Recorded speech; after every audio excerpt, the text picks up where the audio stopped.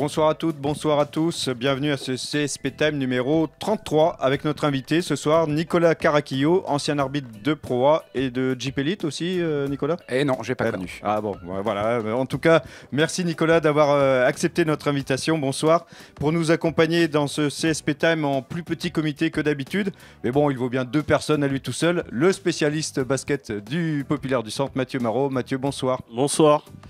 Au sommaire de ce CSP Time, nous commencerons par débriefer le match de Jeep Elite qui a vu le Limoges CSP s'imposer mardi soir après prolongation face à Chalon.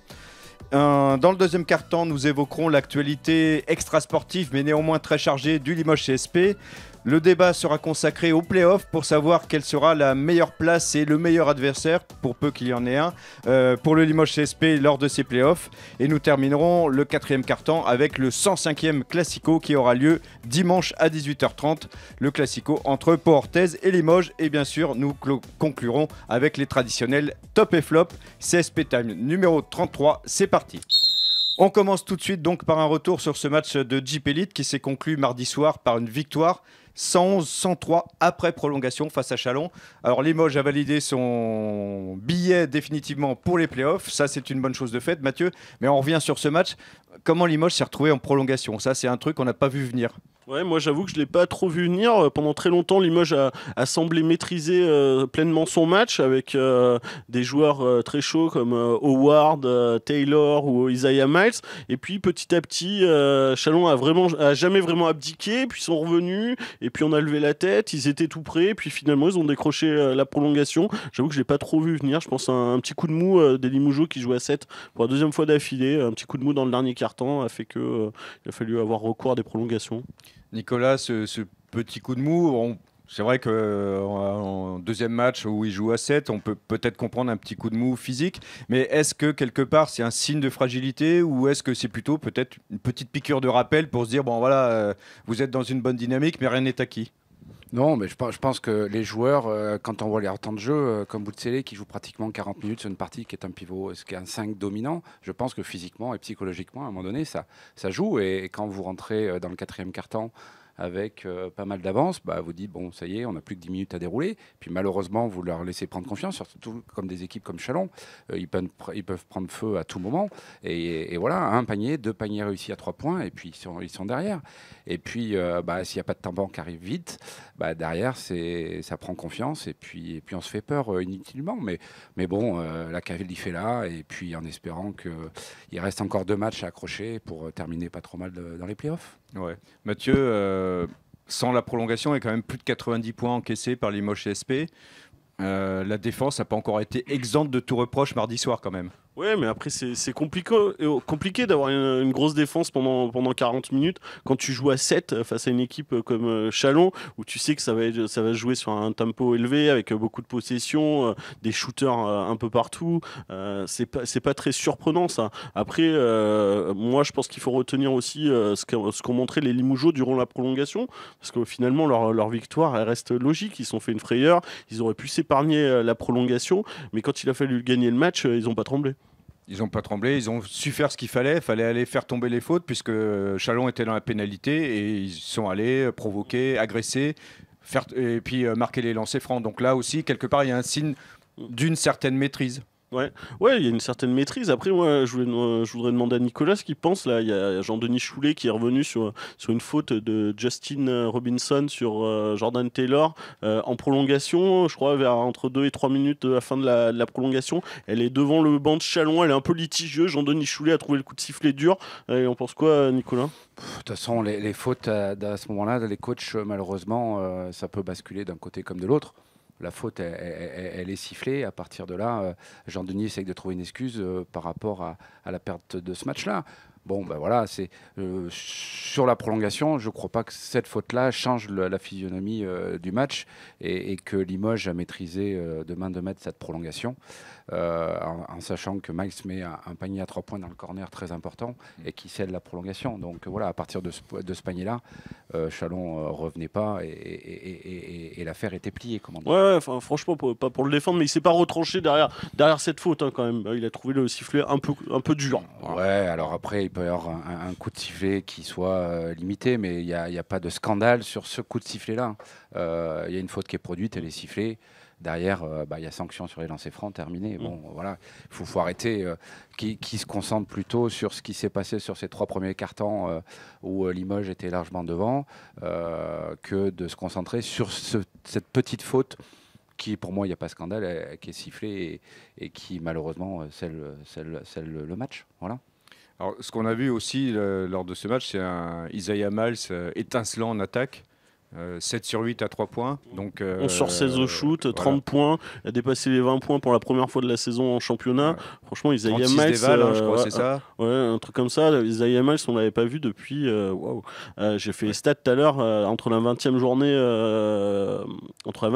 et la 31e, donc avant ce match contre Chalon, il tournait à 6 points de moyenne, Isaiah Miles. Et là, il en claque 30 ou 31, je ne sais plus. Ouais. Un super Isaiah Miles. Ce joueur, de toute façon, il est très marqué offensif. Donc, à partir de là, dès qu'il a des équipes très défensives comme l'Asvel ou Monaco, on le voit moins. Donc, il s'écarte. C'est pas un joueur à jouer dans la peinture. Hein. Il joue surtout en périphérie. Le tir à 3 points est plus important pour lui que le tir à 2 points.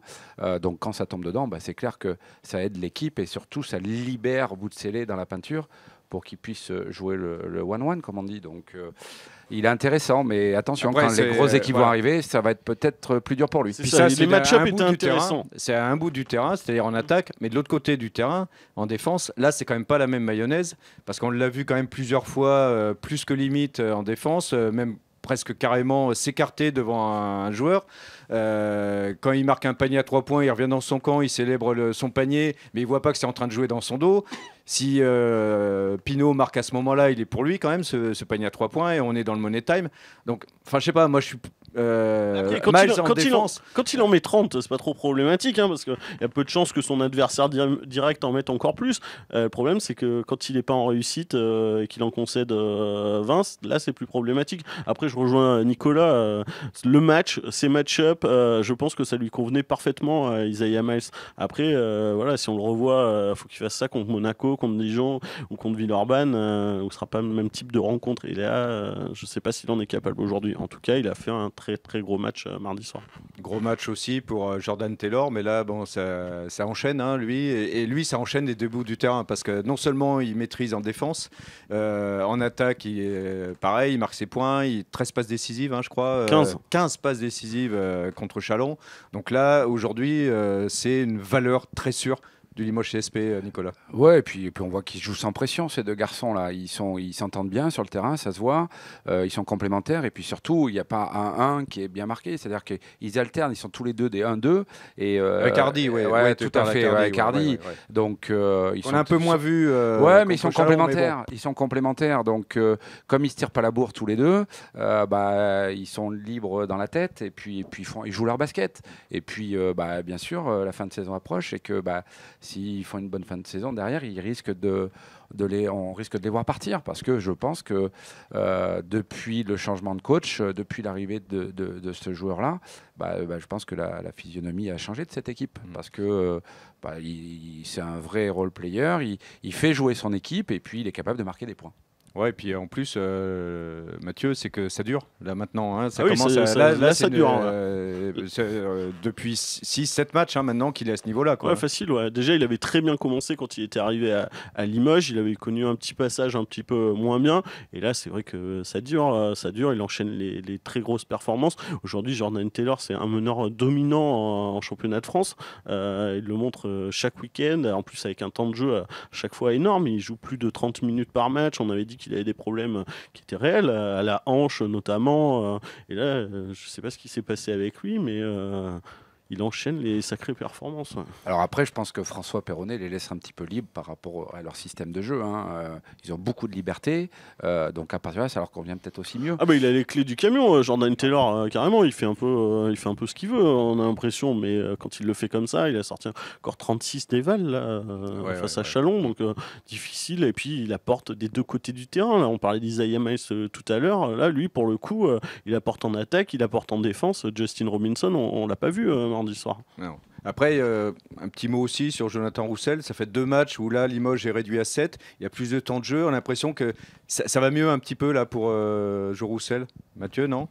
Ça va un petit peu mieux. Après, je vais rester modéré. Aujourd'hui, Jonathan Roussel, il n'a pas un rôle très facile en fait, parce que François Perronnet le décale un petit peu sur le poste 2, mais Jordan Taylor, il occupe une mais grosse partie. Il joue pas mal avec, depuis ces 2 matchs où ils sont en effectif réduit, il a joué pas mal avec Jordan Taylor. J'attends de le voir face à d'autres adversaires, parce que ce soit Bourg-en-Bresse ou Chalon mardi soir, c'est quand même pas 2 équipes qui ont été très portées sur la défense, qui ont été très agressives défensivement. Donc ça a été 2 équipes qui ont plutôt convenu à des joueurs comme Jonathan Roussel ou Isaiah Miles. Donc on va attendre un peu de voir, mais c'est sûr que ça a l'air d'aller un petit peu mieux dans la tête du côté de Jonathan Roussel.